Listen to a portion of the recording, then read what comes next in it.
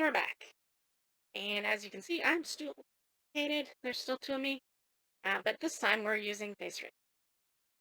And it's going to look a little bit different again, even the model, because this is the advanced version and the other was the basic sample version. But otherwise, same model. Uh, but you can see there's a little bit difference on the screen here. There's a bunch of different options in Facerig. Yes, yes, we know about special actions. For this sorry, it popped up. Uh, Now, behind us is the only way to really yeah, have a forum discussion with Facebook people, which is on the Steam website, and there's different categories. I'm in the Live 2D one behind us. You can sort of see it. Lots of sticky notes. That's because I've been trying to get some things to work. Uh, Namely, I've been trying to figure out how you import a model into it. PRPR Live, as well, you didn't get to see the screen, but as I talked about, you just basically have to load it from a file, and then it starts bringing it in. Facerig is not that simple. I have not understood how you do it in Facerig. Uh, it's apparently a more complex process, and I'm not sure how that all works. So we're gonna just set that aside for the moment. But here's what you usually see, and when you have it running, uh, I'm not green screening the capture here.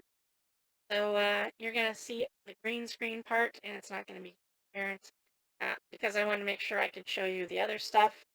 Uh, I decided to avoid trying to filter that. But usually, I would just filter this out if I were going to do game capture, but I never have run it using game capture.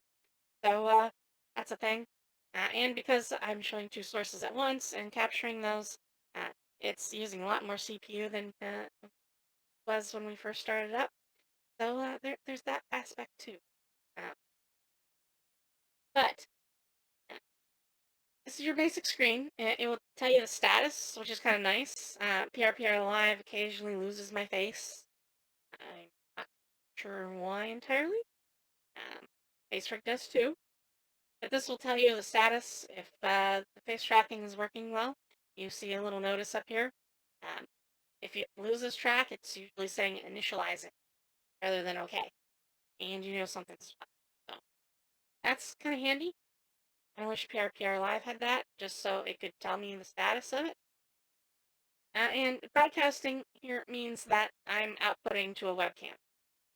Well, what the system will see as a webcam. So I can just show you my AV here, like you see on the side, without the full interface going on. You don't see any of that. There's some other options too, and we'll switch to the advanced AI, advanced UI. See that. There's karaoke panels, there's advanced tracking configuration. Um, I'd go into a lot of these settings, but I don't really want to go into depth on all of them.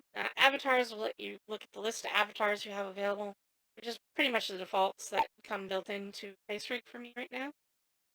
That's what's going to be in there. Environments let you customize the environment, so you could have a different background if you wanted to use a background. Uh, and you can make a custom background besides the ones they include. Uh, how you do that is a little more complex um, than just like doing it probably in OBS. Just making a picture in OBS and sticking it up as your background is probably far easier if you're streaming. So that's something to think about. But you can do it here too. And they do let you take screenshots and even capture video somewhere. Uh, but anyways, I know it's here somewhere. You can even hide the interface here too. You probably wouldn't need to do that if you're using webcam, which is probably the way to go. Oh, and export performance as a movie. That's probably what I wanted to look at. And there's loading video sources as an input. I've never tried that, but option there too. This seems to be the ability to repose the model. but you can't do that while the tracking is on. So you have to turn off tracking for that. And we're not going to do that right now. There's advanced tracking configuration, which is really in depth. Really, really in depth. I've played with these settings quite a bit. So I've seen the sort of depth you can get out of this. It's a lot more depth than PRPR Live, which doesn't have a lot of settings to it. But you can configure a lot of face tracking settings to make it a little bit better for you. I've actually tweaked the mouth. Yes, I've tweaked the mouth because there's the ability to set when it opens and when it closes, and the frequency and the cutoff and all different aspects of that. So I made it so it's more responsive to my mouth movements, which is why my mouth is a little more animated here than like PRPR. Say that. I hate to say that, but it is. But it's more resource intensive because of that. So for like just chatting, this is probably a little bit better. But for like gameplay use, PRPR Live tends to be.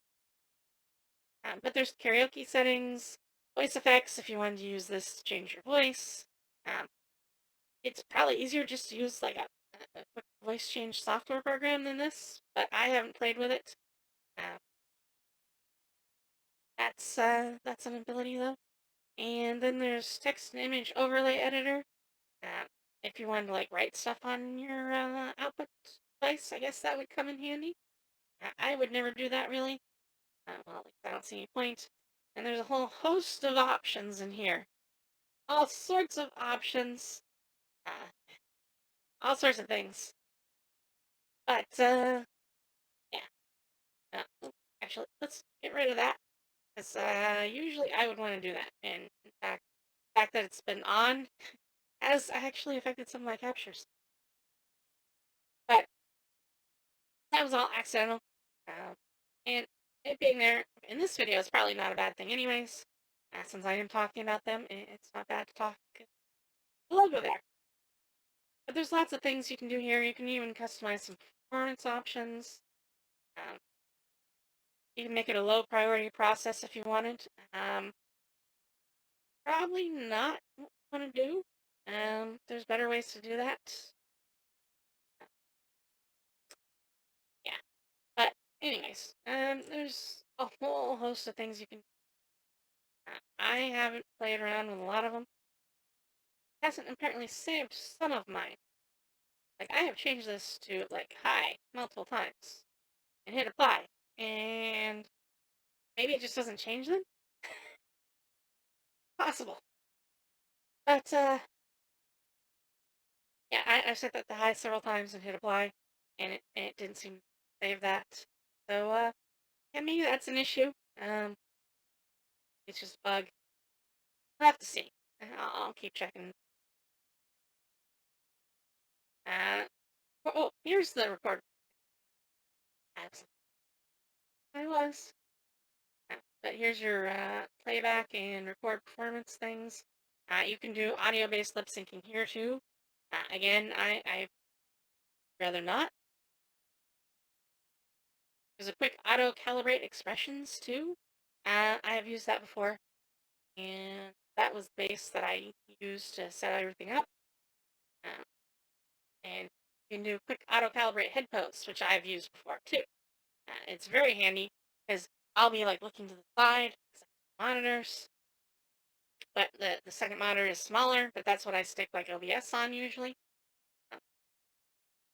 So I tend to look over to the side a lot, which is helpful too because I tend to put myself in the corner here.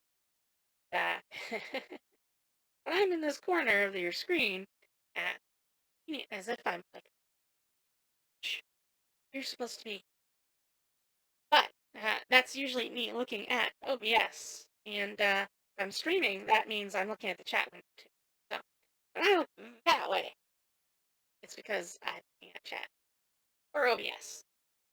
Because a lot of times I need to look at that for different reasons. I do also like in Facerig how it makes this nice little tool that lets us do custom things. Like this lets me move the arm different corrections even. Uh, this model is pretty simplistic, so the movement's not great, but yeah, there's that. There is more too. Yes, special expressions, which take over and replace what my face tracking is doing, but might be helpful. ah, yeah, I don't really use those too often, but um, if you wanted to, sure, they're there. Uh, I even forget what a lot of these settings are. Have to go over them all. But tears, I have tears. A lot of models have these sort of features. Uh, so there's that. And this is a handy little tool to use those. Uh, I wish PRPR Live had those. You have to like set them to keys in PRPR Live and have trouble getting them to work right. So yeah, this is much, much handier and easier to work with as far as I'm concerned. So PRPR Live devs, if you're seeing this, yeah, implementing something like this might be helpful. I know this requires clicking things, but I also believe these can be assigned keys related from in here. Um, it might make it a little easier interface to deal with, and definitely something that you should think about because in Facerig. Uh, there's a picture-in-picture mode too. I'm not sure why you would ever necessarily do that, but hey, maybe you were trying to show off something, so you decided to do that. It's possible. Screenshots in here, like I already said, and you can hide the interface if you wanted to. Um, I almost never touch these. I'm not sure what this camera icon is supposed to do, because looking at it has done like nothing for me. Clicking this plus, though, it will start loading duplicate. Well, not duplicate because it won't be this model, but it'll start loading random models alongside mine. Uh, point where you can't see the original sometimes, and it's hard to figure out how you're supposed to get rid of them. Uh, probably best used if you know what you're doing. Yeah. Um, and I don't know of a multiplay feature in this.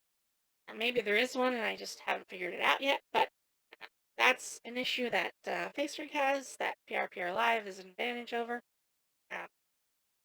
Because I don't see any sort of multi-interface where you can have more than one person in. Um, so you'd have to use like OBS tricks to have someone on like a Zoom call or um, Skype or whatever, load it in as another screen to get it to work the way you want. You're going to put multiple people on rather than just being able to lift and move their models around. Um, I think, at least. I could be wrong, and Facebook could have that somewhere here. I just haven't found it. There's so much stuff hidden away in the interface. I could spend years looking at it. But I think this has been a pretty decent overview of the two. Um, got to see behind the screen. Uh, oh, and before I go, let's go back to just me. Because, like before, you can do a game capture or a webcam capture. The webcam capture tends to be superior because it doesn't have all the extra stuff. You don't get to see behind the screen and you can leave the interface up. So much more useful. So much more useful. And I almost forgot a few things that I really need to mention about Facerig before I forget, and I never mentioned them at all. Um, first one is that it is to be replaced very soon by animes, which I have yet to try, but it is the sequel, the next generation of their program, and I've heard very mixed things about it, which is why I have yet to try it. And I know what the price of Facerig is, but I'm not sure on the pricing yet for animes, so I have not used it. That said, I should also talk about the general pricing of Facerig in animes again. Uh, talking about that. But we'll see this upgrade to the Pro version here, which costs you, mm, let's just call it $60, because that's pretty much what it is. But uh, they have specifically stated that you don't need to have that upgrade, Pro version, unless you make more than $500 a month on whatever streaming platform or platforms you're on. You can stream to Twitch, or you can stream to YouTube or anywhere else. And as long as you don't make more than $500 a month, then you can use it without paying for the Pro version. So, as a starting streamer, you are probably not going to be making $500 a month, uh, which won't even pay you until you make over 100. And I believe YouTube is right around the same. So you have to start making some money before you need to worry about buying the Pro license. If you do choose to use their software, you do have a while before you would think about buying the upgrade to the Pro version, uh, which is a big aspect because you don't want to be trapped in having to pay for something that you're not currently using. It is a flat fee though.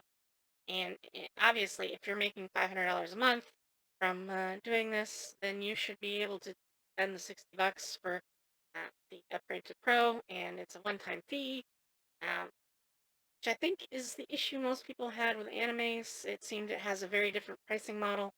That seemed to be the thing that most people complained about. But this version does end in basically a year.